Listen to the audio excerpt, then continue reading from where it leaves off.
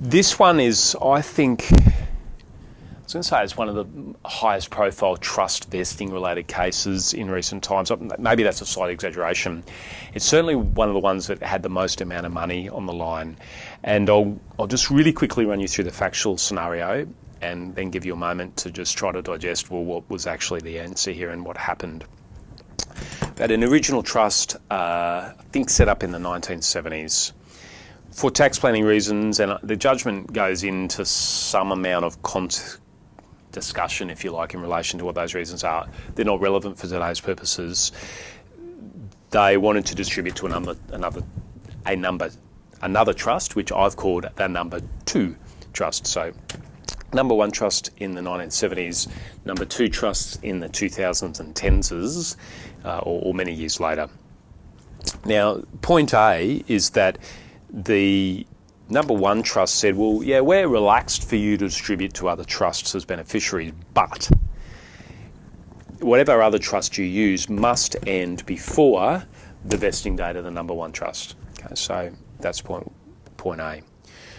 Point B was that the number 1 trust, or the trustee I should say, and more particularly the advisors of the number 1 trust, assumed that the vesting date of the number 2 trust would be 80 years.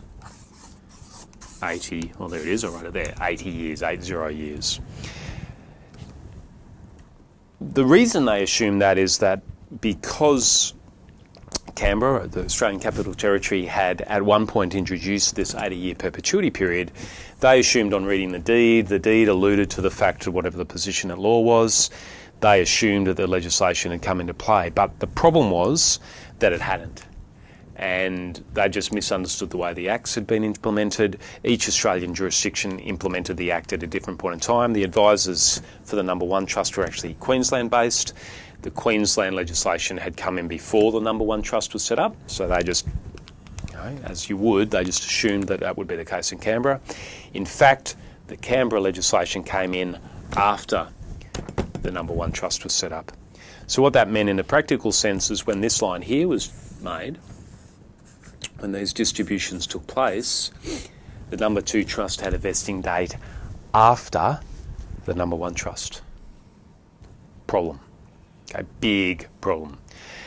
And that big problem was that distribution was void. This was, I'm talking tens of millions of dollars. It's, only comes up on the big case, doesn't it? And it meant that because it was a void distribution, then it was just ignored for tax purposes. And what that meant was that the number 1 trust would be assessed as if there was no distribution at all. Flat rate of tax of 48.5 cents. And on top of that, to the extent there was any capital gains, the 50% general discount would be completely ignored.